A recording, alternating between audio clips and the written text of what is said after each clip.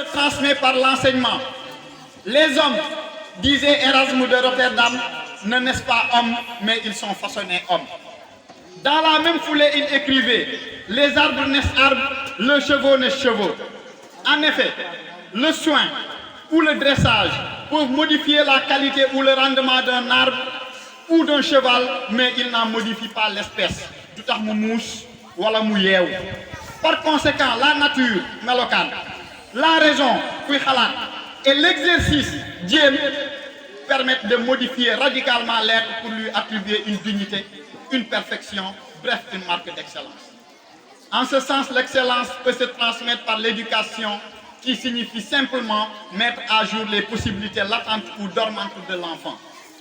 C'est sortir hors des ténèbres, de l'obscurantisme, hors de la barbarie, la pédagogie étant le processus par lequel on y arrive.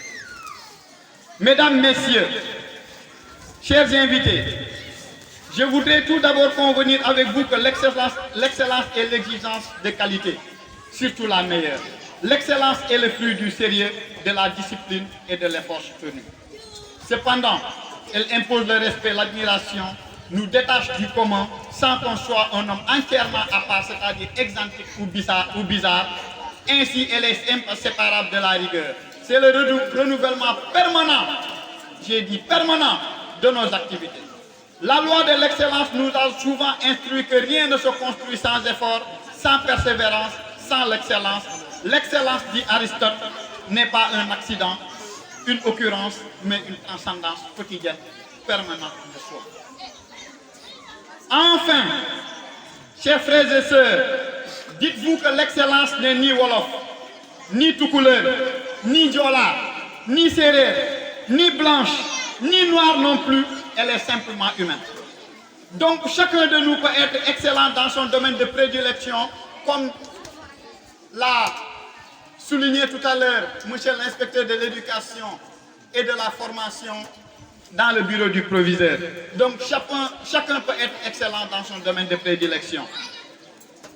S'il est imbu de valeurs qu'impose cette culture de l'excellence que nous avons évoquée supra, surtout quand chaque individu dort un potentiel énorme qu'il lui appartient de réveiller pour accroître ses performances. La performance n'est rien d'autre que le potentiel soustrait donc aux interférences. Ce sont les pensées de pauvreté, je ne peux pas. Les pensées répétitives, ça a toujours été comme ça. Les pensées recyclées, les pensées en boucle, etc. qui nous maintiennent petits. Donc changeons notre manière de penser et nous changerons notre vie, car nos pensées influencent nos sentiments et impactent nos actions. Je vous remercie de votre aimable attention.